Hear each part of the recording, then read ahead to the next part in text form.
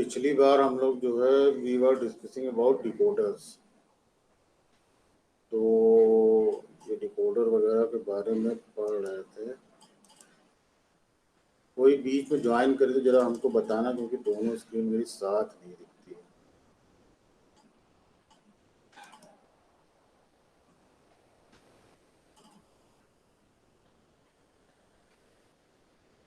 तो रिजवानुल हसन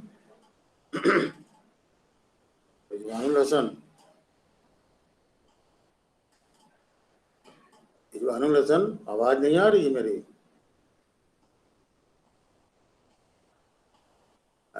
भाई और लोग आवाज आ रही मेरी?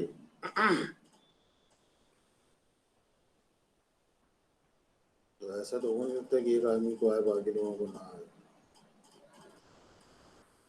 ऐसा करोगे तो हम फिर निकाल बाहर कर देंगे क्लास, तो फिर रह जाओगे। रिजवानुल हसन, आवाज नहीं आ रही मेरी? ये लगा कि इसे भाग जाने वाला हमसे। Shweta Gupta, Shweta Gupta, yes sir. ये जो सर्किट बना हुआ है तुम्हारे सामने, ये जो है वो किस चीज का सर्किट है?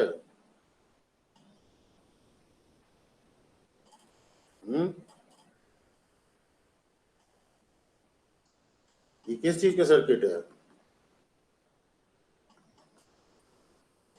Shweta Gupta,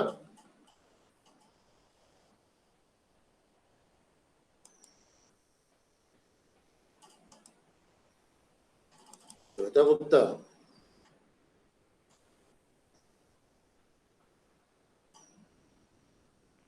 yes sir. ये सर्किट किस चीज का सर्किट है जो तुम्हारे सामने बना हुआ है? सर हमने क्लास नहीं अटेंड करी। किस खुशी में क्लास नहीं अटेंड करी? सर तबियत खराब थी।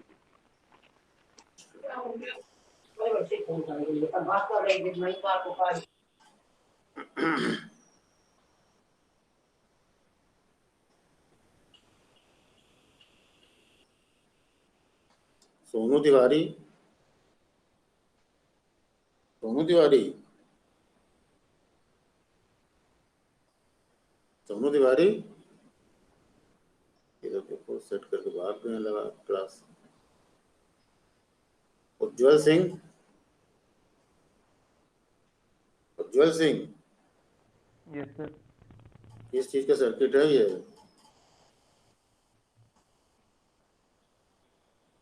ये जो बना हुआ है तुम्हारे सामने किस चीज का सर्किट है?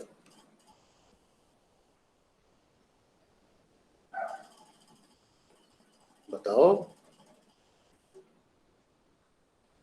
नहीं पता सर। क्लास में थे पिछली बार? No sir. क्लास में नहीं थे तो क्या समझ में आएगा? समझ में थोड़ी कुछ आ रहा है। और मेरे नोट्स के भरोसे मत रहना। मेरा नोट्स बहुत तुम्हारे काम आएगा नहीं। जो लोग क्लास नहीं किए उनके क्लास, उनके काम नोट्स जो है ऑनलाइन एग्जाम में मेरा आएगा नहीं। बाकी तुम समझो, तुम्हारा काम समझे। तुम ही थोड़ी समझदार हो, सब लोग समझदार हैं। करना जैसे मन जाएगा।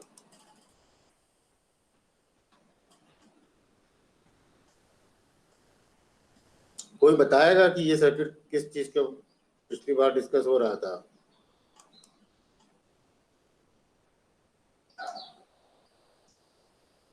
सादिका शफक, सादिका शफक, हाँ चली गई। सादिका शफक कभी तो दिख रही थी, धीरे धीरे से गायब होते जाएंगे। महिमा पांडे, किस चीज का है सर्किट? सर 3x8 डिकोडर है। तो सही बना सर्किट, गलत बना है?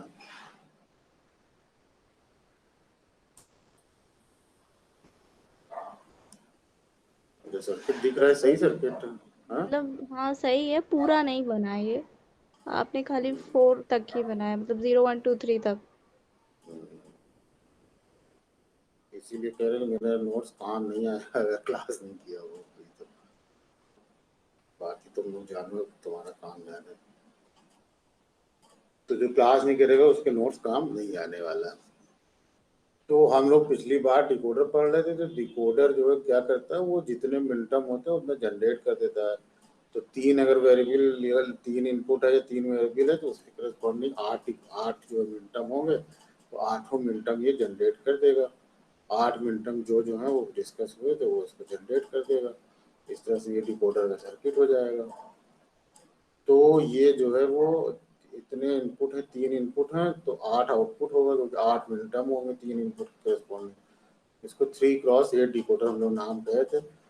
तो ऐसे ही किसी भी नंबर ऑफ इनपुट के लिए नंबर ऑफ मिनटम उनको पता होता है, तो उतने क्रॉस उतने का डिकोडर बन जाता है। 2x4 का बन जाएगा और वगैरह वगैरह से बन जाएगा। तो ये तो डिकोडर की बात हुई। तो डिकोडर में जैसे मान लो ये एक सर्किट बना हुआ है, इसमें ये जो ई वाली लाइन है, इसको अगर हम ना देखें इस समय, तो बाकी जो सर्किट है वो जो है एक 2x4 का डिकोडर है। 2 वेरिएबल हो गए एक्स वाई, 2 वेरिएबल हो गए एक्स वाई, और उसके करस्पॉन्डिंग 4 मिनटम, यानी कि D0 D1 D2 D3 4 मिनटम हो गए। तो 2x4 का ये डिकोडर हो गया।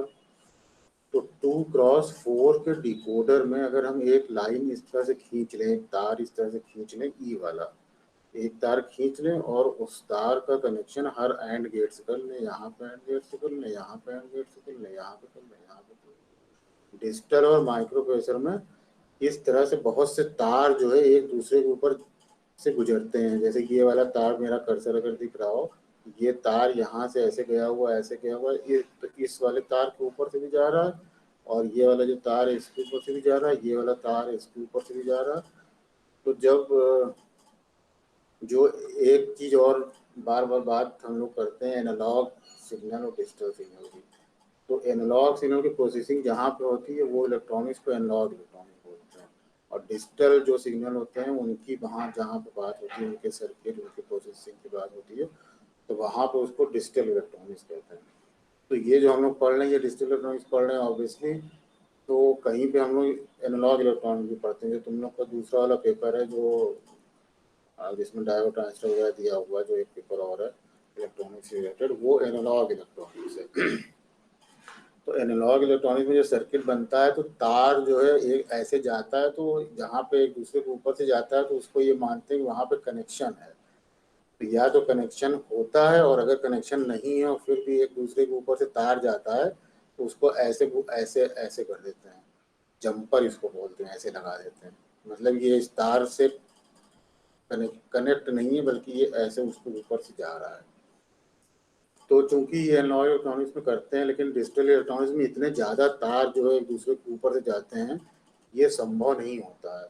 तो डिजिटल इलेक्ट्रॉनिक्स में जो नोटेशन होता है वो जैसे फिगर में बना हुआ है, जहाँ पे 2 तार के बीच में जो डॉट बना होगा, जैसे ये वाला ई है, तो ये यहाँ पे ये डॉट बना है, इसका मतलब ये इससे कनेक्टेड है। या ये वाला जो तार है ये यहाँ से गया है, यहाँ डॉट नहीं बना, तो इससे ये दोनों तार कनेक्टेड नहीं है। यहाँ भी अगर डॉट नहीं बना तो ये दोनों तार कनेक्टेड नहीं है, यहाँ भी डॉट नहीं बना तो ये दोनों तार कनेक्टेड नहीं है। तो ये आके यहाँ पे डॉट बना, इसका मतलब ये वाला जो तार है ये जो इस वाले तार से कनेक्टेड है। तो जहाँ पे डॉट बना होगा वही वाले 2 तार कनेक्शन में होंगे, बाकी भले एक दूसरे के ऊपर से जाते दिखें वो कनेक्शन में नहीं होता है डिजिटल इलेक्ट्रॉनिक्स और माइक्रो प्रोसेसर वगैरह में। तो एक ई वाली लाइन तार ऐसे खींच लिया, एक लाइन ऐसे खींच ली तार, और उसको जो है वो हर एंड गेट से जोड़ दिया। तो ये 2x4 जो डिकोडर था उसमें हमने ये एक लाइन ई की लगा दी। तो अब सर्किट का ऑपरेशन देखोगे तो कैसे होगा कि जब भाई बाकी ई को छोड़ के बाकी दोनों इनपुट जो है वो कुछ भी होते रहें, अगर ई वाला इनपुट 0 रहेगा तो ये एंड गेट है, अगर ई वाला इनपुट रहेगा तो बाकी दोनों इनपुट कुछ भी होते रहें आउटपुट में 0 ही रहेगा, चाहे यहाँ वाला गेट हो, चाहे ये वाला गेट हो, चाहे ये वाला गेट हो, चाहे ये वाला गेट हो, आउटपुट जो है 0 ही होता रहेगा। ये D0 D1 D2 D3 से फलाना कुछ नहीं आउटपुट में दिखेगा। तो इस तरह का हमने एक अरेंजमेंट किया कि एक इनेबल वाला तार खींच लिया और उसको चारों एंड गेट से जोड़ दिया। तो जो हमारी सर्किट का फंक्शन है वो इस तरीके से हो जाएगा कि जब तक ई वाला 0 रहेगा तब तक ये सर्किट एक तरह से काम ही नहीं करेगा, और जब ई वाला 1 हो जाएगा तो ये सर्किट 2x4 डिकोडर की तरह काम करेगा, क्योंकि जब ई वाला 1 हो जाएगा तो फिर ये डिपेंड करेगा कि बाकी दोनों इनपुट इसके क्या हैं, एक्स और वाई, उसके हिसाब से D0 या D1 या D2 या D3 जो भी अकॉर्डिंगली होगा वो वाला मिनटर्म वाला फंक्शन 1 होगा, बाकी सब 0 हो जाएंगे।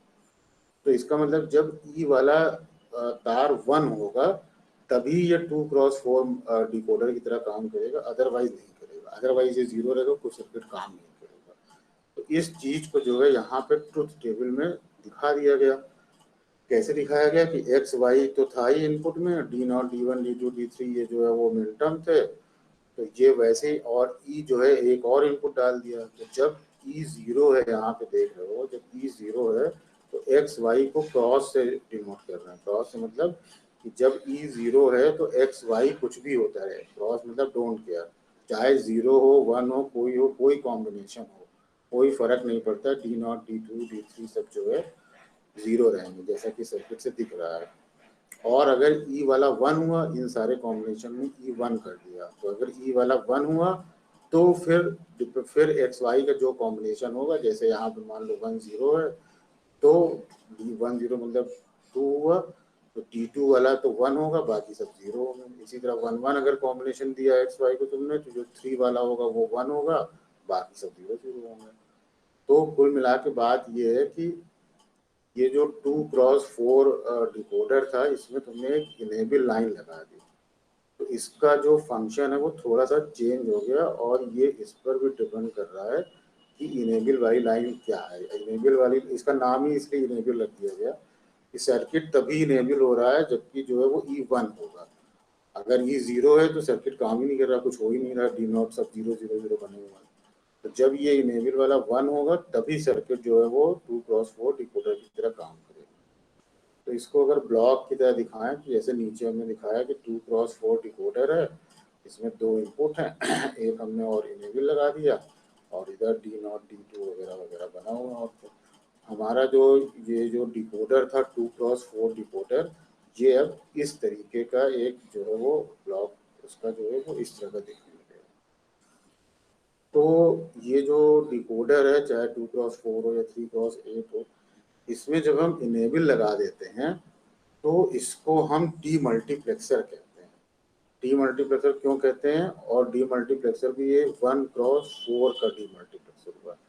अब ये जो डिकोडर हम यूज कर रहे थे, या तो इसको डिकोडर की तरह यूज करें, या इसको एक और दूसरे नजरिए से देखते हैं, एक और दूसरे तरीके से इसको एक्सप्लेन करते हैं।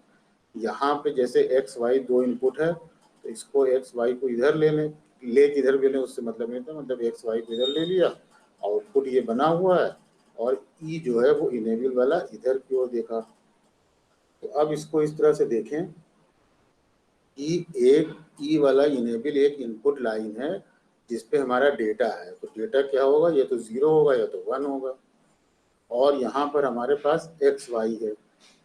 तो इसको हम एक्स वाई को ऐसा समझें जैसे कि कोई स्विच हो, जिससे कि हम ये सेलेक्ट करेंगे कि जो हमारा डेटा है, जो इनपुट में डेटा जा रहा है, ई इनेबल वाली लाइन पे जो डेटा रखे हैं, या 0 रखे हैं या 1 रखे हैं, तो ये वाला डेटा जो है वो यहाँ पे जो है वो आउटपुट में किसके जो है वो किस D0 D1 D2 D3 में से किस वाली लाइन पे जाएगा, ये चीज जो है हमको चेक करनी है। ये उस लाइन पे जाएगा,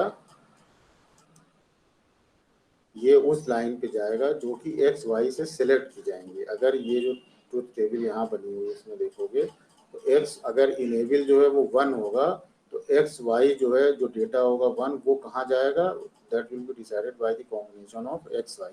कैसे होगा, अगर एक्स वाई जो है मान लो 1 1 हुआ, इसका मतलब D3 वाला 1 होगा, तो D3 वाला 1 होगा मतलब ये वाली लाइन एक्टिव होगी। इसका मतलब अगर इनेबल 1 होता है तो ये वाला 1 डेटा D3 में जाएगा, तो इसका मतलब, और अगर कोई और कॉम्बिनेशन मान लो 1 0 चूज किया तो D2 पे जाएगा, अगर ये एक्स वाई को 1 0 चूज किया तो ये D2 पे जाएगा। अकॉर्डिंगली जैसा एक्स वाई चूज करेंगे 0 0 1 0 वगैरह वगैरह, ये जो स्विच, ये जो एक तरह से स्विच की तरह काम कर रहा है कि एक्स वाई को जो भी वैल्यू हम देंगे, जो कॉम्बिनेशन, उस कॉम्बिनेशन के हिसाब से यहाँ पे जो लाइन होगी आउटपुट में, उस लाइन पे यहाँ पे जो डेटा होगा 1, वो डेटा उस लाइन पे जाएगा which is selected by the combination of X Y. तो जब हम इस तरह से इसको यूज करते हैं, then this circuit is called as demultiplexer and this is 1x4 demultiplexer. तो ये जो है सर्किट जो है वो डीमल्टीप्लेक्सर का है, और इसको एज ए डीमल्टीप्लेक्सर डिकोडर को ही एज ए डीमल्टीप्लेक्सर यूज करते हैं। तो कहीं कहीं पे क्योंकि सर्किट को डिकोडर और डीमल्टीप्लेक्सर दोनों की तरह यूज करते हैं, that's why sometimes it is also mentioned or it is also said that it is a decoder demultiplexer circuit। तो ये फंक्शनिंग हो गई डीमल्टीप्लेक्सर की। तो कभी कभी क्या होता है कि हमारे पास जैसे ये जो डीमल्टीप्लेक्सर है, ये एक आईसी के फॉर्म में आता होगा, चिप के फॉर्म में आता होगा। तो मान लो हमारे पास जो है वो एक 3x8 की जो है एक डिकोडर डीमल्टीप्लेक्सर है, और एक 3x8 का और है, दो है हमारे पास 3x8 का डिकोडर डीमल्टीप्लेक्सर।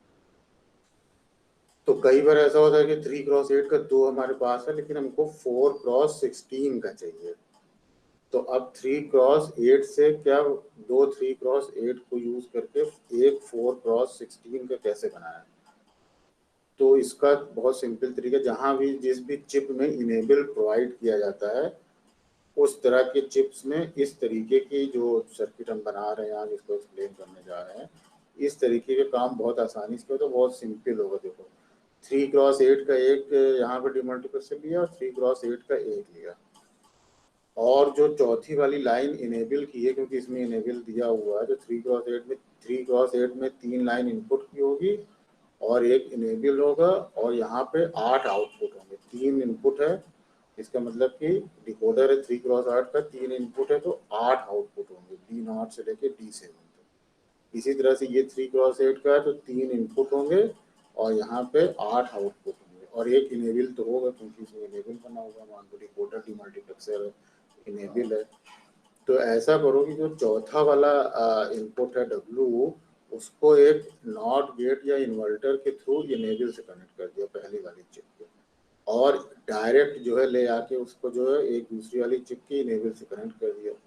तो अब देखो इसकी फंक्शनिंग कैसे होती है। इसकी फंक्शनिंग ऐसे होती है कि यहाँ पे जो है वो W, सबसे पहले W जो है मोस्ट सिग्निफिकेंट बिट है, मोस्ट सिग्निफिकेंट है, तो ये 0 जो है जब होगी, तो जब W 0 होगा तो नॉट गेट के बाद ये 1 हो जाएगा, तो यहाँ पे मतलब इनेबल ये वाला जो है 1 हो जाएगा।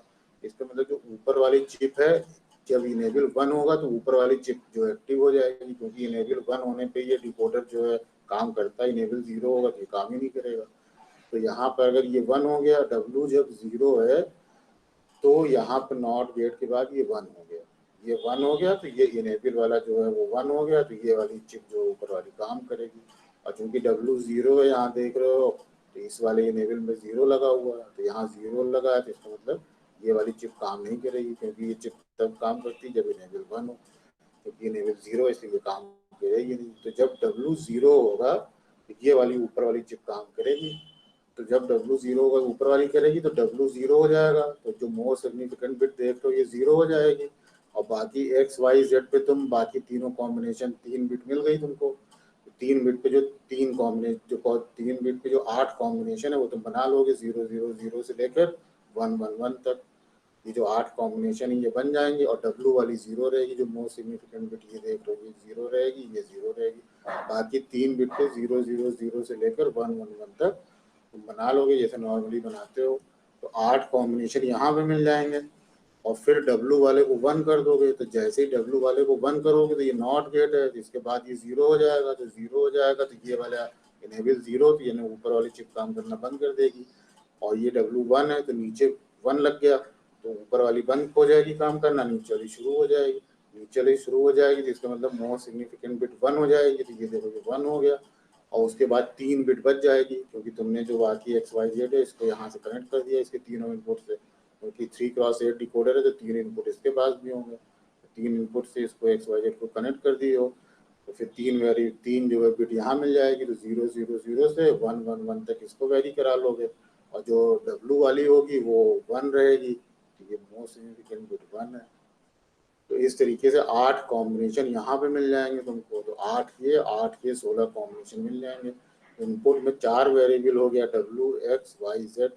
तो ये 4 वेरिएबल इनपुट में हो गए और 16 जो है मिनटर्म जो है देख रहे हो तुम, D0 से लेकर D15 तक यहाँ बना लोगे तो D0 से D15 तक यहाँ पे तुमको मिल जाएगा। तो ये कुल मिला के 4 वेरिएबल और 16 जो है वो मिनटर्म जो है आउटपुट में जनरेट होने लगेंगे। तो ये 4x16 का डिकोडर डीमल्टीप्लेक्सर बन जाएगा।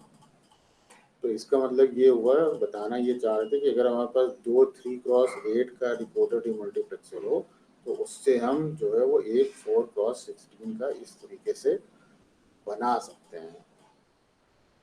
तो ये जो है वो डिकोडर डीमल्टीप्लेक्सर के बारे में कुछ बात हुई। इसमें अगर किसी को कोई चीज ना समझ में आ रही तो बताओ।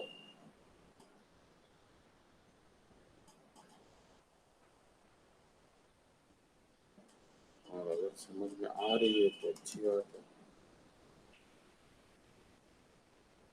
अब जो हम लोग सर्किट पढ़ने जा रहे हैं वो जो है मैग्नीट्यूड कंपैरेटर का। तो 2 नंबर का मैग्नीट्यूड जो है वो हमको कंपेयर करना है।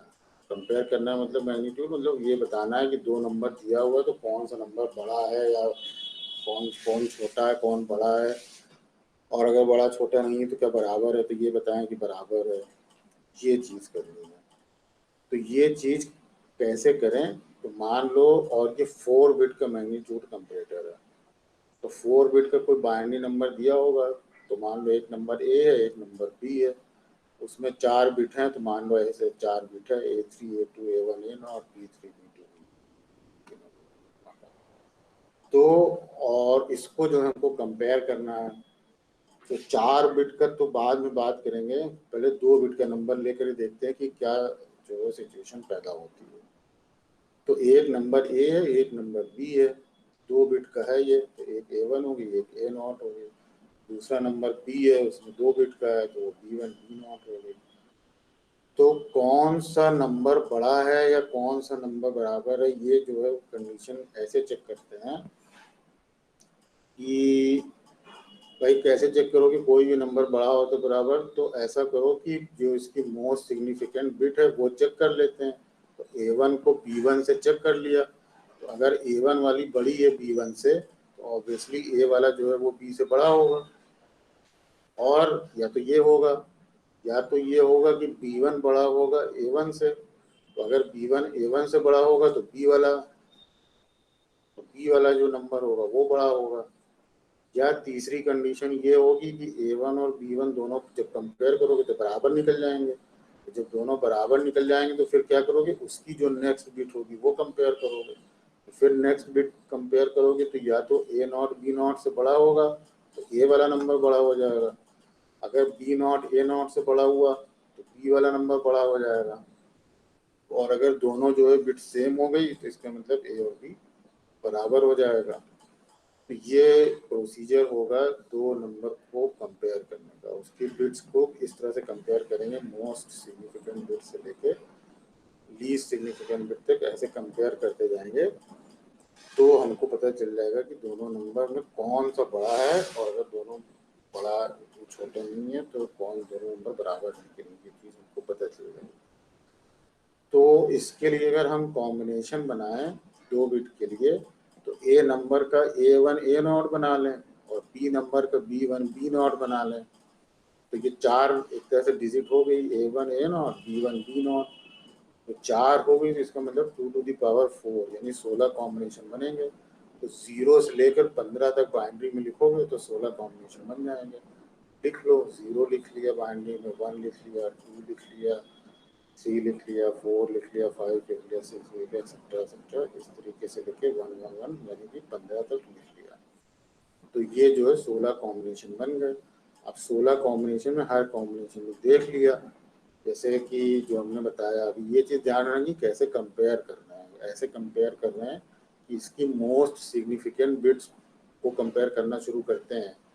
तो A1 को B1 से कंपेयर किया, अगर A1 वाला बड़ा निकला तो A वाला नंबर बड़ा हो जाता है, अगर B1 वाला बड़ा निकला तो B1 वाला बड़ा हो जाएगा।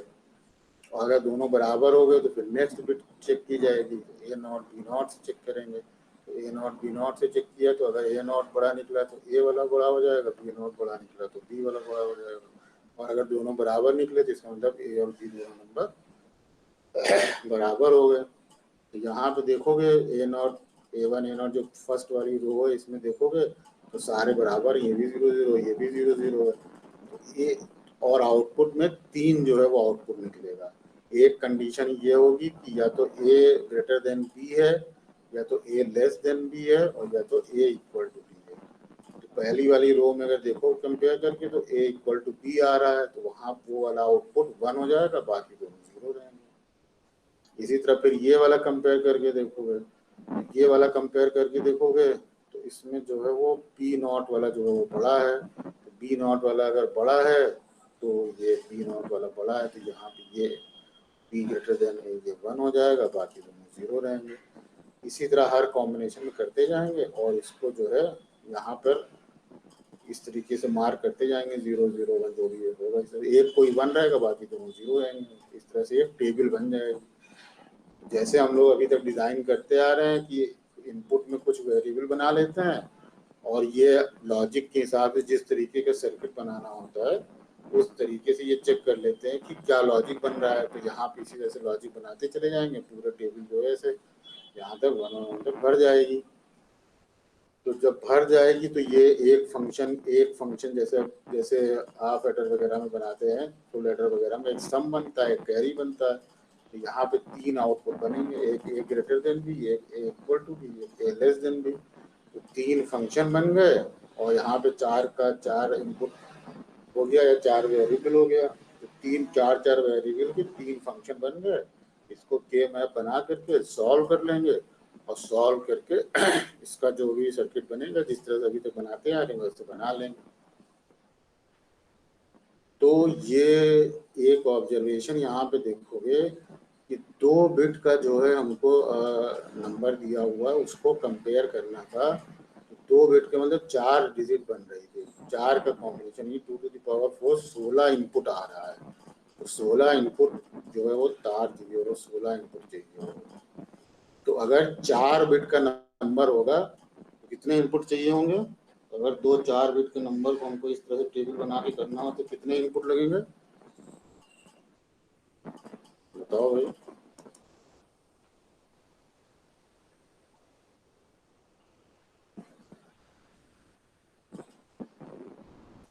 बताओ।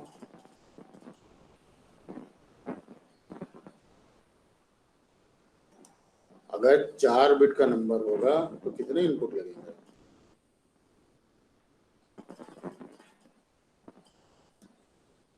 अरे तुम ही लोग से पूछना, आवाज आ रही कि नहीं?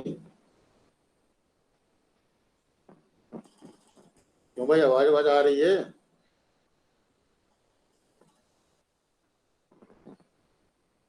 अरे उज्जवल सिंह, आवाज नहीं आ रही क्या? उज्जवल सिंह, क्या हो महिमा पांडे, आवाज नहीं आ रही क्या?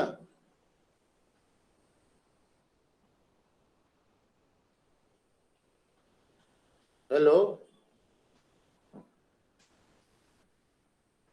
Hello, yes. आवाज नहीं आ रही थी क्या? नहीं सर, वो मेरे नेटवर्क में प्रॉब्लम है, कट कट के आ रही थी आपकी आवाज शायद। अच्छा, अंश गुप्ता, अंश गुप्ता, ये सब लगा लगा के जो गायब हुआ है उनको।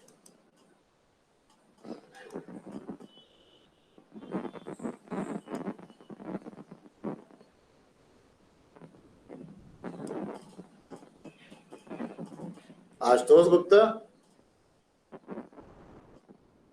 आशुतोष गुप्ता, क्या हम पूछ रहे थे अभी? आशुतोष गुप्ता, हम क्या पूछ रहे थे? आशुतोष गुप्ता, पूछो रसिया, यस सर। क्या पूछ रहे थे हम? सर आप मेरे सर 4 बिट तक आवाज आई थी, फिर सर आवाज कट गई थी। अच्छा, तो 4 बिट का अगर जो है तो कोई सुन थोड़ी रहो मेरी बात, ऐसे बोले जा रहा है। ये 4 बिट 8 सर 4 का होगा। हम ये कह रहे हैं कि अगर 2 बिट का जो है वो अभी हमने एक्सप्लेन किया कि 2 बिट का नंबर होगा, तो उसको जो है अगर हम इस तरह से कंपेयर करना शुरू करें तो जो लॉजिक हमने बताया उस लॉजिक से जो है एक नंबर ऑफ इनपुट हमने बताया कि इतने इनपुट लगेंगे। तो अगर 4 बिट के 2 नंबर हो उसको कंपेयर करना हो तो उसमें कितने इनपुट लगेंगे? सर 8 लगना चाहिए। 8 कैसे लगेगा? 4 बिट में कितना, 2 बिट में कितना लग रहा है? सर 2 में 4 लग रहा है। 4 कहाँ लग रहा है? इनपुट तो सर नहीं, 4 ही ना हो रहा है।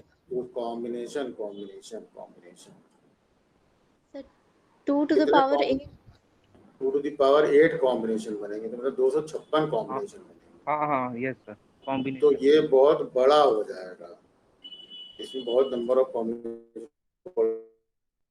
बड़ा हो जाएगा। तो ये करने की बजाय जो हम, ये आवाज और लोगों भी कट रही क्या भाई? क्यों, और किसी को कट रही है? और किसी को नहीं कट रही है, पता नहीं। सर अब सही आ रही है। तो इसमें जो है वो जो 2 to the power 8 जो है कॉम्बिनेशन बनेंगे तो बहुत बड़ी टेबल बनेगी, बहुत बड़ा मैनिपुलेशन होगा उसका। तो इसको रिड्यूस करने के लिए इस तरीके को थोड़ा सा इस तरीके से ना करके दूसरे तरीके से करते हैं। दूसरे तरीके से करने में जो बेसिकली हम कर रहे थे वो क्या कर रहे थे, 2 बिट को हम कंपेयर ही कर रहे थे ना। जो प्रोसेस है हमारा वो क्या है, वो प्रोसेस ये है कि जो मोस्ट सिग्निफिकेंट बिट है पहले उसको कंपेयर करें। अगर वहाँ पे कोई नंबर कोई बिट बड़ी निकलती है, जैसे ए वाले की बड़ी निकल गई, तो वो डिसाइड हो जाएगा कि ए बी से बड़ा है। अगर बी वाले की बड़ी निकल गई मोस्ट सिग्निफिकेंट बिट, तो बी वाला बड़ा हो जाएगा। और अगर दोनों बराबर निकल गई तो नेक्स्ट बिट कंपेयर करेंगे, तो नेक्स्ट बिट भी फिर इसी तरह से होगा और इसी तरह लास्ट बिट तक करते जाएंगे। जहाँ पे अगर कोई वाली बिट नीचे वाले दूसरे वाले नंबर से बड़ी निकल गई तो वो वाला नंबर बड़ा हो जाएगा, अदरवाइज वाला नंबर छोटा रहेगा। और अगर सारी बिट जो है वो बराबर निकल गई दोनों नंबर की, इसका मतलब वो बराबर हो जाएगा। तो इसी प्रोसेस को हम करते हैं, लेकिन थोड़ा सा तरीका बदल के करते हैं, इतने बड़े तरीके से नहीं करते। एक फंक्शन है x I equal to A I B I plus A I prime B I prime, हमारी स्क्रीन पे लिखा हुआ है। तो इसको जो है वो इक्विवेलेंस फंक्शन कहते हैं। तो ये वाला फंक्शन जो है वो जब भी दोनों जो वेरिएबल हैं ए और बी, ये दोनों जो है वो सेम होते हैं, तब इसका जो एक्स आई होता है वो 1 होता है, अदरवाइज ये 0 होता है। ठीक बात। तो इसी फंक्शन का यूज जो है वो हम इक्विवेलेंस रिलेशन इसको बोलते हैं, इक्विवेलेंस फंक्शन बोलते हैं। ये एक्स और फंक्शन का कॉम्प्लीमेंट होता है। अगर एक्स और फंक्शन देखोगे और ये फंक्शन देखोगे तो दोनों एक दूसरे के कॉम्प्लीमेंट हैं। तो अगर 2 नंबर 4 बिट का हो, 2 नंबर 4 बिट का हो, जैसे मान लीजिए नंबर दिया हुआ ए वाला ये और बी वाला ये, 4 बिट के 2 नंबर दिए, इनको कंपेयर करना है। तो कंपेयर करने में सबसे पहले क्या करेंगे, A3 को B3 से कंपेयर करेंगे। अगर A3 वाला बड़ा निकल गया तो A वाला नंबर बड़ा होगा, B3 वाला बड़ा निकल गया तो B वाला नंबर। और अगर दोनों बराबर हो गए तो फिर A2 और B2 को कंपेयर करेंगे, फिर इसी तरीके से फिर A1 B1 को वगैरह वगैरह वगैरह। तो इस प्रोसेस को जो है कैसे समराइज किया है कि कोई 2 नंबर 3 ही चीज हो सकती है, या तो A इक्वल टू B होगा, या तो A ग्रेटर देन B होगा, या तो A लेस देन B होगा। यही 3 चीज होगी 2 नंबर में, और चौथी चीज तो हो नहीं सकती है। तो सबसे पहले ये देखते हैं कि A इक्वल टू B कब होगा। A इक्वल टू B तब होगा जबकि जो है जबकि A3 B3 के बराबर हो, A2 B2 के बराबर हो, A1 B1 के बराबर हो, A0 B0 के बराबर हो। यानी चारों बिट एक दूसरे वाले नंबर की चारों बिट के बराबर होंगी तो ही ये नंबर सेम होगा, अदरवाइज नंबर सेम नहीं होगा, कोई एक बड़ा या छोटा होगा। A इक्वल टू B तब होगा जब चारों इसकी बिट जो है इसकी चारों बिट के बराबर है। तो चारों बिट के बराबर होने का मतलब, अगर हम A और B में एक रिलेशन बनाएं इस तरीके का XI मतलब I वेरिंग फ्रॉम 0 1 to 0 वगैरह, तो इस तरीके का अगर हम एक रिलेशन बनाएं एक्स आई जो कि a I B I plus A I prime B I prime, तो अगर ये एक तरह का रिलेशन बनाएं तो इसका मतलब कि दोनों अगर इसकी बिट ए और बी जो है जब सेम होंगी तो ही ये वाला फंक्शन वन होगा। इसको दिख रहा है, दोनों अगर बिट ए और बी सेम होगी, चाहे 0 0 हो चाहे 1, इसका मतलब अगर दोनों बिट सेम होंगी तो एक्स आई 1 होगा, अदरवाइज 0 होगा।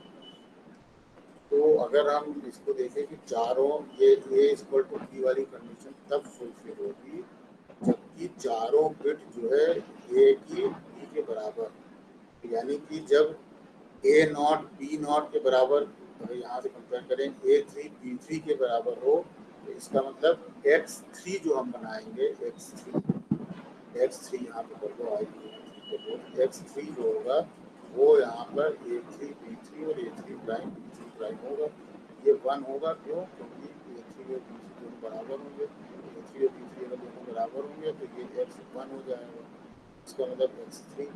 इसका मतलब कुल मिला के कहने का मतलब ये है कि ए थ्री बी थ्री की ए और बी तब बराबर होगा जब ए थ्री वाली बिट बी थ्री की बराबर होगी, ए टू वाली बी टू की ए थ्री बी थ्री के बराबर होगी तो इसका मतलब एक्स थ्री 1 होगा, और ए टू बी टू के बराबर होगी तो एक्स टू 1 होगा, ए वन बी वन के बराबर होगी तो एक्स 1 1 होगा, और ए नॉट बी नॉट के बराबर होगी एक्स नॉट होगा। यानी कि ये X three x two x one x not ये तीनों फंक्शन 1 होंगे। यानी कि अगर ए इक्वल टू बी होना है तो हमको x three x two x one x not ये होना चाहिए, ये a not equal to b के लिए ये एक्सप्रेशन आना चाहिए x three x two x one x naught. तो ए इक्वल टू 1 कब होगा? जबकि x naught x one x two x three तीन चारों 1, x naught x one x two x three के चारों 1 होने का मतलब ये होता है कि ए थ्री बी थ्री के बराबर है, ए टू बी टू के बराबर है, ए वन बी वन के बराबर है, ए नॉट बी नॉट के बराबर है।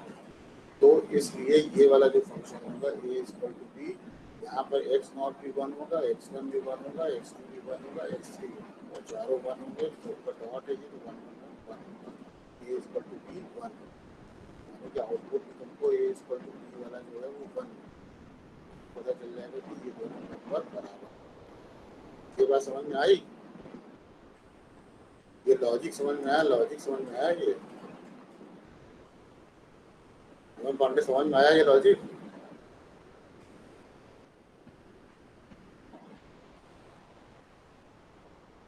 हेलो, हमें पांडे समझ में आया ये लॉजिक? नहीं सर। सर आपकी वॉइस बहुत स्लो हो जा रही है सर, लास्ट आवाज ही में नहीं आ रही है। जब स्लो हो जा रही तब तो बोल नहीं रहे हो, जब बाद में हम पूछ रहे हैं तब बोल रहे हो, तो क्या फायदा? उतनी देर तो बेकार ही नहीं, बोले थे। अभी कुछ देर पहले ही हुई थी हम लोग, मतलब मैं सोच रहा था बोलने का। अरे तो सोचो मत ना, जब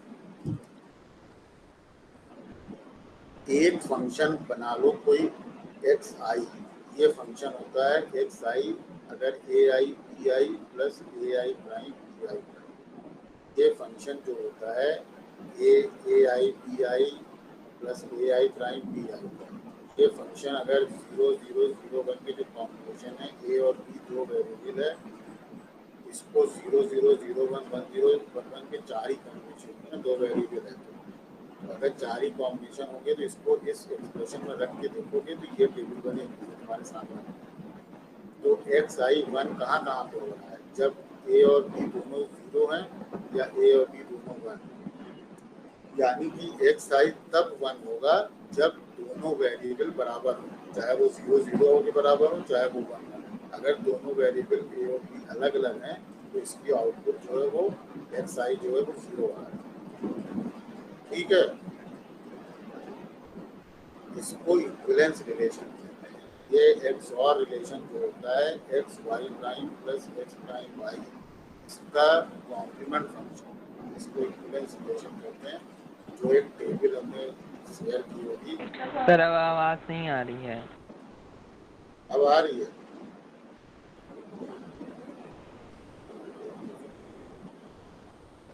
और लोगों को आ रही है आवाज? Yes sir.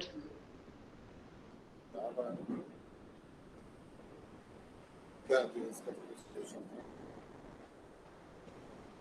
तो हम ये कह रहे थे कि अगर जो है वो इस तरीके से दो बिट को कंपेयर करना है, यहाँ पे जो है A3 दो बिट है उसको कंपेयर करना है, इसी तरीके का एक रिलेशन बना दिया जाएगा A3 plus A3 prime B3 prime. तो ये 1 कब होगा जबकि A3 और B3 या कोई भी मान लो A3 B3 या कोई भी AI ये तब 1 होगा XI वाला A और B दोनों जो है वो बिट जो है वो सेम, चाहे वो 0 हो चाहे वो 1, तभी जो है XI 1 होगा, अदरवाइज फिर वो 0 होगा। ये बात समझ में आ रही?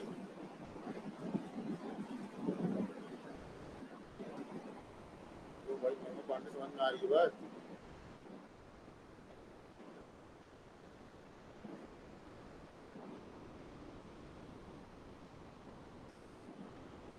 पांडे आवाज नहीं आ रही क्या?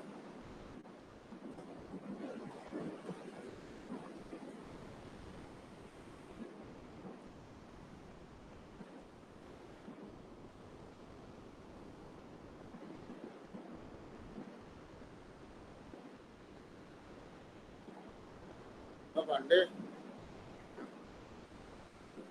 Yes sir. ये बात समझ में आ रही है? हाँ सर, ये वाला समझ में आ गया, ये इक्विवेलेंस। तो अगर इक्विवेलेंस वाला समझ में आ गया है तो दो बिट तभी बराबर होंगी जबकि XI 1, ये बात ठीक है?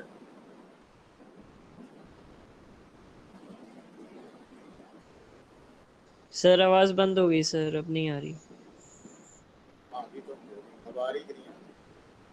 सर बहुत धीमी आ रही है सर, बिल्कुल बहुत धीमे। क्या और लोगों की धीमी आ रही क्या? हाँ भाई यस सर। Yes sir.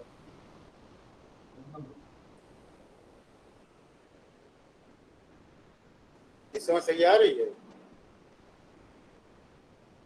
क्यों? हाँ सर अब आ रही है।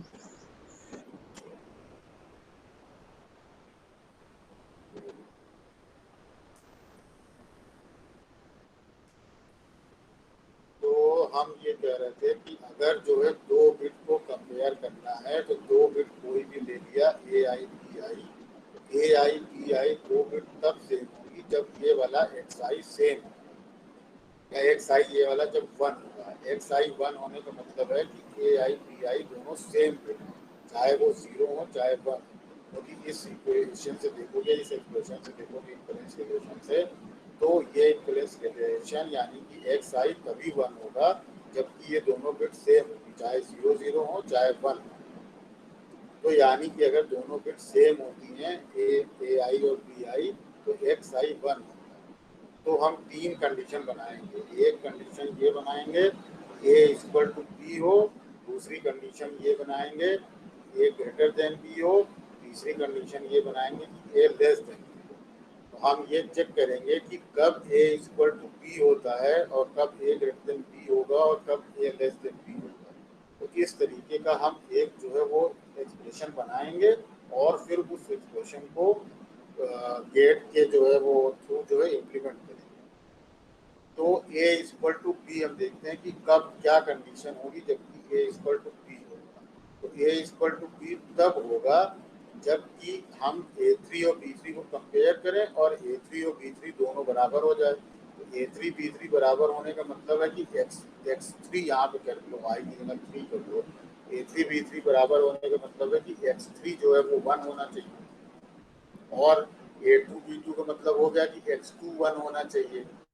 A1 B1 का मतलब हो गया कि X1 1 होना चाहिए और A0 B0 का मतलब हो गया कि X0 1 होना चाहिए। तो इसीलिए A इक्वल टू B वाला तब सही होगा जबकि X3 X2 X1 X0 लिखे हैं यहाँ पे डॉट में बना के, इसको तीनों के बीच में डॉट ऑपरेशन है, एंड ऑपरेशन है। तो यानी कि X3 भी 1 होना चाहिए, X2 भी 1 होना चाहिए, X1 भी 1 होना चाहिए और X0 भी 1 होना चाहिए। जब चारों 1 होंगे तो इन चारों का डॉट प्रोडक्ट 1 आ जाएगा और इसका मतलब ये हो जाएगा कि A जो है वो B के बराबर है। तो इस तरीके से जो है वो ये एक्सप्रेशन जो A इक्वल टू B के लिए होगा वो X3 X2 X1 X0 होगा।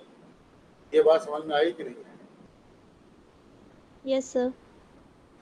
हाँ, ये लॉजिक है, जो लॉजिक है वो ये है, बाकी तो एक्सप्रेशन निकल आएगा, फिर उसके बाद उसको इम्प्लीमेंट कर लिया जाएगा, वो कुछ भी कठिन बात नहीं है। बात ये कि क्या कर रहे हैं उसका लॉजिक क्लियर होना चाहिए। तो लॉजिक ये हुआ कि बेसिकली कर यही रहे हैं कि चारों बिट को मोस्ट सिग्निफिकेंट बिट सबसे पहले, फिर उसके बाद फिर उसके बाद फिर उसके बाद चारों बिट को जो है वो कंपेयर करना है। तो पहले A3 कंपेयर किया, फिर A2, फिर A1, फिर A0, तो दोनों जो है वो A3 B3 के बराबर होगी, तो मतलब X3 1 होगा। तो तुम खुद ही करके देख लो कि A3 B3 के बराबर है, इसका मतलब X3 1 है, इसका मतलब X3 1 है, A2 B2 के बराबर है तो X2 1 है, और A1 B1 के बराबर है तो X1 1 है, और A0 B0 के बराबर है तो X0 1 है। तो चारों 1 हो गए, तो चारों का डॉट डॉट करोगे तो 1 हो जाएगा, तो A इक्वल टू B1 हो गया, तो A इक्वल टू B1 हो गया। इससे तुम पता चल जाएगा कि भाई A इक्वल टू B है, वो वाला तार जो है वो हाई शो करेगा, 5 वोल्ट शो करेगा, एलईडी ग्लो करने लगेगी।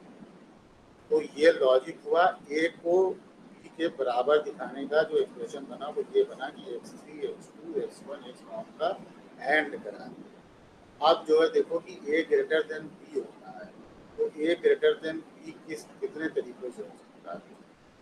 ए ग्रेटर देन बी हो सकता है, हम A3 को B3 से कंपेयर करें, मोस्ट सिग्निफिकेंट बिट से कंपेयर करना है। तो ए जो है वो बी से बड़ा कब होगा, कैसे, क्या क्या सिचुएशन हो सकती है जबकि ए बी से बड़ा होगा? एक सिचुएशन ये हो सकती है कि तुमने A3 को B3 से कंपेयर किया, तो A3 जो है वो B3 से बड़ा निकल गया। तो A3 अगर B3 से बड़ा निकल गया तो A जो है वो B से बड़ा हो जाएगा अपने आप ही, क्योंकि मोस्ट सिग्निफिकेंट बिट बड़ी हो गई तो वो नंबर दूसरे नंबर से बड़ा हो जाएगा। तो A3 B3 से बड़ा होगा, इसका मतलब कि A3 1 होगा और B3 का प्राइम यूज करेंगे। A3 यहाँ पे लिखा और B3 का प्राइम, A3 यहाँ पे 1 होगा और B3 0 होगा, A3 और B3 का प्राइम ये लिखा, तो यहाँ पे A3 B3 का प्राइम लिख दिया। और फिर क्या होगा, या तो ये कंडीशन होगी तब जो है वो A B से बड़ा होगा, या दूसरी कंडीशन ये होगी कि A3 को B3 से तुमने कंपेयर किया तो दोनों बराबर निकल गई। तो दोनों बराबर निकलने का मतलब हुआ कि X3 1 हो गया, तो X3 1 हो जाए, और फिर तुम A2 को B2 से कंपेयर करो और A2 वाला जो है वो B2 से बड़ा निकल जाए, तो ये बड़ा हो जाएगा। तो इसका मतलब X3 A2 B2, X3 A2 और B2 का प्राइम, क्योंकि A2 बड़ा होगा B2 छोटा होगा, A2 B2 का प्राइम। तीसरी कंडीशन ये हो सकती है कि तुमने A3 को B3 से कंपेयर किया, ये भी बराबर निकल गया, A2 को B2 से बराबर, A2 को B2 से कंपेयर किया, ये भी बराबर निकल गया। फिर तुम A1 को B1 से कंपेयर करोगे और A1 वाला अगर B1 से बड़ा निकल गया तो A जो है वो B से बड़ा हो जाएगा। तो इसका मतलब कि जो है वो तीसरा इक्वेशन ये होगा कि X3 हो, ताकि जो है A3 B3 जो है आपस में बराबर निकल जाए, और फिर X2 हो यानी कि A2 B2 बराबर निकल जाए, और फिर तीसरी सिचुएशन हो कि A1 जो है वो 1 हो और B1 जो है वो उसका प्राइम लिखोगे यहाँ पे, तो ये वाला फंक्शन उस समय 1 बन जाएगा। ये लॉजिक समझ में आ रहा है? Yes sir.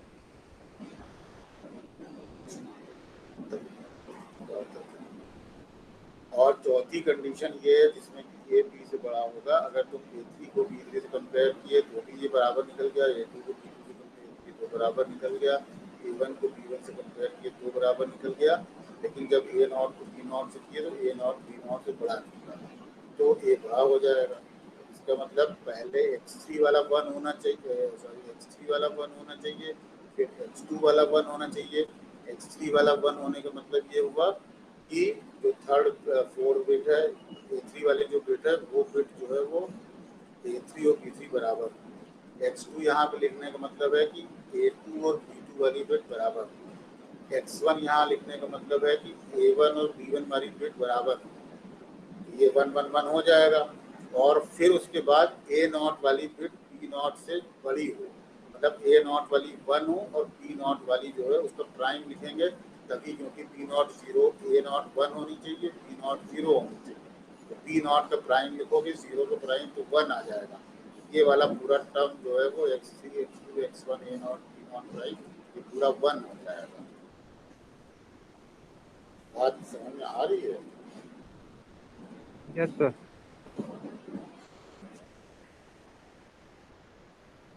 ना भी आए तो कोई ऐसी बड़ी बात नहीं, पहली बार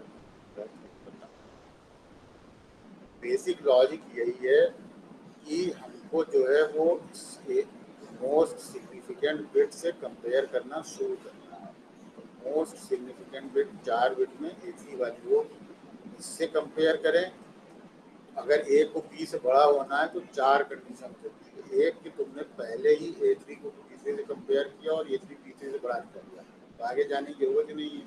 ये फंक्शन जो है वो A3 B3 प्राइम अगर बनाओगे, A3 बड़ा यानी कि 1 होगा और B3 छोटा यानी कि 0 होगा, तो A3 और B3 का प्राइम यानी 1 और 0 का प्राइम यानी 1, तो 1 into 1 1, ये 1 होना हो जाएगा।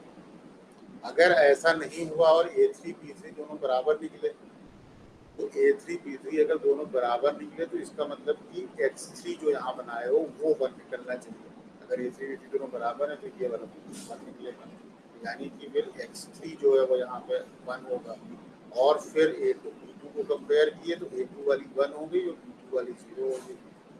1 A2 1 और B2 मतलब 0 का प्राइम यानी कि 0 का प्राइम यानी 1, तो 1 into 1 1। इसका मतलब ये हुआ कि X3 A2 B2 प्राइम। इसी तरीके से और आगे बढ़ते गए और इस तरीके का एक्सप्रेशन जो है वो यहाँ पर आ गया A ग्रेटर देन B। तो अगर A ग्रेटर देन B वाला समझ में आ गया तो जो A लेस देन B है ये वाला भी बिल्कुल उसी की एनालॉजी पे है। तो B बड़ा तब होगा जब A और B को कंपेयर करें, और पहली बार में जो मोस्ट सिग्निफिकेंट बिट को अगर हम कंपेयर करें तो B3 A3 से बड़ा निकल जाए तो B वाला बड़ा हो जाएगा। B3 A3 से बड़ा का मतलब B3 लिखें और A3 का प्राइम लिखें, क्योंकि B3 बड़ा यानी कि 1 होगा और A3 0 होगा। 0 का प्राइम करेंगे तो 1 फंक्शन बन जाएगा। B3 A3 का प्राइम लिखते हैं, B3 A3 का प्राइम लिखते हैं। फिर कंपेयर अगर और X3 A3 B3 को कंपेयर किया और दोनों बराबर निकल गए तो यानी कि X3 1 हो गया। X3 1 हो गया तो दूसरा वाला ये हो गया X3 1 हो गया। और B2 A2 को कंपेयर किया तो B2 1 निकला और A2 0 निकला। तो B2 A2 प्राइम 1 निकला और A2 0 निकला, तो 0 का प्राइम 1 A1 X3 1, तो तीनों 1 1 1 हो गए तो 1 हो जाएगा। इसी तरीके से और कंपेयर करते गए तो बाकी के 2 टर्म भी आ जाएंगे। तो यानी कि यही 4 तरीके हो सकते हैं जिन तरीकों से ए जो है वो लेस देन बी होगा। तो ए लेस देन बी के लिए ये वाला पूरा एक्सप्रेशन आ जाएगा। ए ग्रेटर देन बी के लिए ये वाला पूरा एक्सप्रेशन आ जाएगा। ए इक्वल टू बी के लिए ये वाला पूरा एक्सप्रेशन आ जाएगा। जो पूरी बात है वो इस लॉजिक में है कि ये लॉजिक समझ में आ जाएगा तो फिर समझने में दिक्कत नहीं है। वो बड़ा है वो सर्किट कोई वाला, ये लॉजिक समझ में आ गया ना? तो वही समझ यस में आया सर। लॉजिक। एक बार और पढ़ना फिर क्लास के बाद, तो अगर फिर भी कोई डाउट रहेगा तो बताना। एक बार थोड़ा पढ़ा है तो इस तरीके से हमने एक A इक्वल टू B के लिए लॉजिक बना लिया, X3 X2 X1 X0, A greater than B के लिए ये बना लिया, A लेस देन B। अब हमको सिंपली इस लॉजिक को इम्प्लीमेंट करना है। 2 मिनट रुको जरा, क्लास क्रैश कर रही है।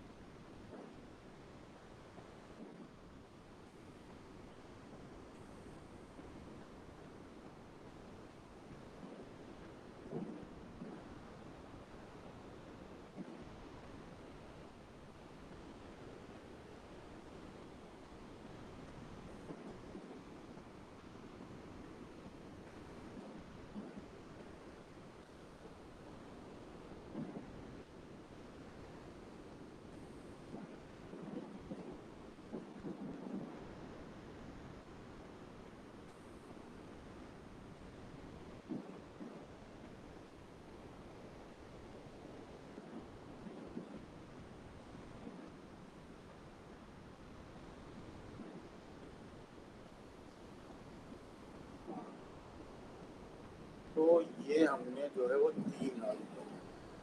4 बिट का नंबर है, उसको 4 जो नंबर है 4 बिट के, 4 बिट होंगे। तो ए इक्वल टू बी तब होगा जब ये वाला लॉजिक, ए ग्रेटर देन बी होगा जब ये वाला लॉजिक, और ए लेस देन बी होगा जब ये होगा। अब हमको इन तीनों लॉजिक को जो है इम्प्लीमेंट करने के लिए जो है कुछ जैसे कि इसको इम्प्लीमेंट करने के खास तरीके से बड़ा सर्किट है, तो उसमें जो है वो क्या किया, जैसे एक सिमेट्री है, ए नॉट बी नॉट ले लिया, यहाँ से इसको एंड करा दिया, यहाँ पर ए नॉट है उसको करा दिया तो ये ए नॉट प्राइम, और ये ए नॉट प्राइम यहाँ से ए नॉट को प्राइम बना दिया, और यहाँ से ले लिया ये ए नॉट। सर आपकी आवाज़ नहीं आ रही। अब आ रही है? अब आई? Yes sir. हेलो, अब आई? तो हम ये कह रहे थे कि यहाँ पे सर्किट कॉम्प्लिकेटेड थोड़ा सा जरूर है, इसमें लेकिन पैटर्न है इस तरीके से, ये जितने जो टर्म बन रहे हैं ये सारे टर्म को हम जनरेट कर लें और इन सारे टर्म को और कर लें। जैसे ए लेस देन बी वाला मान लो है, ये टर्म हुआ, एक टर्म, दो टर्म, तीन टर्म, चार टर्म, इन चारों टर्म को हम किसी तरह जनरेट कर लें और फिर इसको और कर दें, यानी सबको जोड़ दें, तो ए लेस देन बी वाला लॉजिक इम्प्लीमेंट हो जाएगा। इसी तरह अगर जो ऊपर वाला है इसको हम जो है 1 2 3 4 टर्म है, इन चारों टर्मों को हम जनरेट करें और फिर और कर दें, तो ए ग्रेटर देन बी वाला लॉजिक बन जाएगा, और ए इक्वल टू बी वाला लॉजिक इम्प्लीमेंट करने के लिए हम ये x not, x1, x2, x3 ये तीनों टर्म जो है वो हमने जो यहाँ पे डिफाइन किए हैं इसको जनरेट कर लें और सबका एंड कर लें, तो जो है ए इक्वल टू बी वाला जो टर्म है वो यहाँ जनरेट हो जाएगा। तो जैसे मान लो ए इक्वल टू बी वाला ही करना है, तो वहाँ पर जो है वो क्या करेंगे, x0, x1, x2, x3 को जनरेट कर लें और फिर इन चारों को जो है एंड कर दें, तो ए इक्वल टू बी वाला बन जाएगा। x0 का मतलब हुआ, x0 मतलब a not b not plus a not prime b not prime, तो इसको x0 को जनरेट करना है। x0 कैसे जनरेट किए, यहाँ पे ए नॉट लिया, यहाँ पे बी नॉट लिया, ए नॉट को इन्वर्टर के थ्रू यहाँ पे एंड दे, ये सर्किट दिख रहा है, सेल्फ एक्सप्लेनेटरी है, इतना बहुत देख सकते हैं। ए नॉट यहाँ पे ए नॉट प्राइम बी आ जाएगा और यहाँ बी नॉट है, ये a not b not prime, इन दोनों को जो है वो नॉर गेट से कनेक्ट करेंगे, नॉर गेट से इन दोनों को कनेक्ट करके जब देखोगे क्वेश्चन लिख करके, तो यहाँ पे एक्स नॉट आउटपुट आएगा, तो यहाँ पे एक्स नॉट आ गया, यहाँ पे इसी तरीके से A1 B1 है, इससे x1 जनरेट कर लिया, A2 B2 है, इससे x2 जनरेट कर लिया, A3 B3 है, इससे x3 जनरेट कर लिया, x0, x1, x2, x3 generate कर लिया, ये तीनों x0, x1, x2, x3 चारों लाइन ले आके यहाँ पे एंड की जोड़ दी, तो यहाँ पर A इक्वल टू B यानी कि x0, x1, x2, x3 का एंड जोड़ होगा, ये वाला एक एक्सप्रेशन में इम्प्लीमेंट हो जाएगा। इसी तरह ए ग्रेटर देन बी वाला करना है, तो बाकी यहाँ पे जो सर्किट बना हुआ है इसमें फिल किया है, जहाँ जहाँ पे जो सर्किट आ रहा है और कहाँ कहाँ पे किस किस डेट के बाद क्या क्या आउटपुट आ रहा है, तो जहाँ जहाँ पे जहाँ लिख लेना, और इस सारे सर्किट को बना करके जैसे बना हुआ है इसको देखोगे तो यहाँ पे जैसे ये वाला एंड गेट है, यहाँ पे x3, x2, x1, b not, a not prime, ये वाला जो है वो जनरेट होता है, यहाँ पे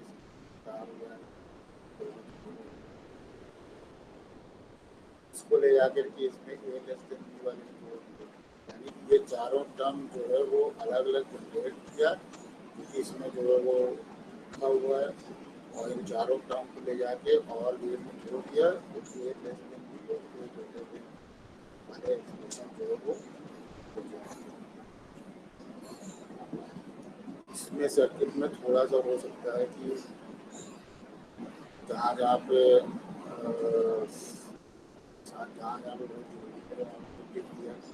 क्या आउटपुट आए तो उससे भी सर आपकी आवाज़ बहुत धीमे आ रही है। अब आ रही है, अब आ रही है, अब आई। हाँ सर, जब आप अभी बोल रहे तेज से तब आ रही, वरना बहुत धीमे आ रही है। ये जब हम तेज से बोल रहे तब आती है ना ठीक।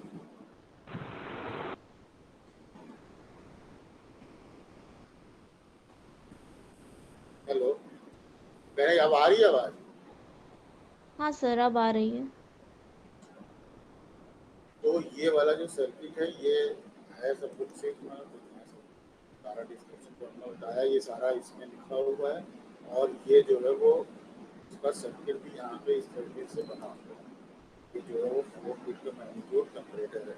इसमें हर गेट, हर तार पे देखोगे और हर गेट के बाद देखोगे तो हर गेट के बाद आउटपुट निकालते जाओगे, तुमको ये सारे ए लेस देन बी और ए ग्रेटर देन बी और ए इक्वल टू बी, इन तीनों का एक्सप्रेशन जब इस सर्किट से निकालोगे, इस सर्किट से मतलब यहाँ ए नॉट बी नॉट है तो इस वाले तार पे क्या होगा, इस वाले तार पे क्या होगा, यहाँ पे आउटपुट पे क्या होगा, यहाँ पे आउटपुट पे क्या होगा, फिर ये इससे कनेक्टेड है तो यहाँ पे ये इससे कनेक्टेड है। इस तरीके से जब करके ए less than b, a greater than B और ए इक्वल टू बी, ये तीनों के लिए एक्सप्रेशन जब लिखोगे तो तुमको ये वाला एक्सप्रेशन ही मिलेगा, ये वाला एक्सप्रेशन ही मिलेगा। तो जो लॉजिक है वो हमने समझा दिया, एक्सप्रेशन यहाँ पे लिखवा दिया। और ये इसका सर्किट है, ऑब्वियसली बड़ा सर्किट है। ऑफलाइन एग्जाम होता तो हम कह सकते थे कि ये वाला सर्किट कोई नहीं पूछेगा भाई, इतना बड़ा सर्किट पूछता है या पूछेगा तो 10 नंबर समझने के लिए पूछेगा। पर ऑनलाइन वाले में ये है कि चूँकि तुम्हारे पास सारी चीज़ें अवेलेबल होती है तो वो सकता है टीचर समझता है तो पूछ ले। तो फिलहाल इसमें जो समझने वाला पार्ट है वो यही लॉजिक है कि 4 बिट के जो नंबर है इसको हम कैसे कंपेयर करते हैं। अगर हम 4 बिट के नंबर को कंपेयर करने की जो लॉजिक समझ रहे हैं तो बाकी फिर बड़ा जरूर है, लेकिन बाकी कोई कठिनाई वाली बात इसमें हमें नजर नहीं। तुम्हें अगर कोई कहीं पे किसी पॉइंट पे कोई दिक्कत हो तो बताओ। और ये जो किताब में सर्किट में जो सर्किट हमने बनाया वो सर्किट वही है। तो जो किताब में सर्किट बना हुआ है, इस सर्किट में हर आउटपुट पे क्या जो है वो वेरिएबल है वो लिख करके और फाइनल जो एक्सप्रेशन है a less than b, a greater than b, a equal to b वगैरह, इसका फाइनल एक्सप्रेशन निकाल के जो एक्सप्रेशन हमने निकलवाया है उससे मैच करे तो ही कन्विंस होना, अदरवाइज समझना कि कहीं ना कहीं कुछ गलती कर रहे हैं। ठीक बात है, ये बात समझ में आई? महिमा पांडे, बात समझ में आई? Yes sir.